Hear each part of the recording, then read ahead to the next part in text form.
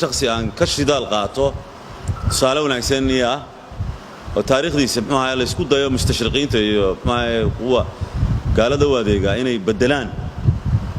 سيد محمد عبد الله حسن جوبته كل شيء جوب ودو إن كل شيء بالله يشيء جاي وما دي ينودو إنك أي مكان أبوه الله كم ده كان فرحات بيت هاي رنتي شخصية ده أنا كمحمد صالية إن أنا لفتي أكتي ماشي كل شيء كل شيء وانكفانية إذا كنا كفانا إنه محمد يدي بوه الله كل شيء سيدكو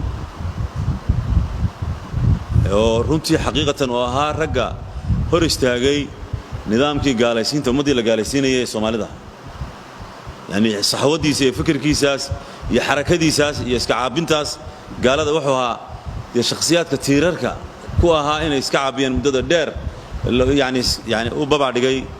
quwadii mujrimada ahayd Ingiriiska ee imka lagu faano ee xabaalahooda laga dulooyay maalin oo taargeysa waqtigoodii looyay ayuu sayidkaas muxuu ahaa runtii ragii la dagaalamayay marka buuhoodlu ka soo jeedaa marka taasina faan bay idin tahay way tahay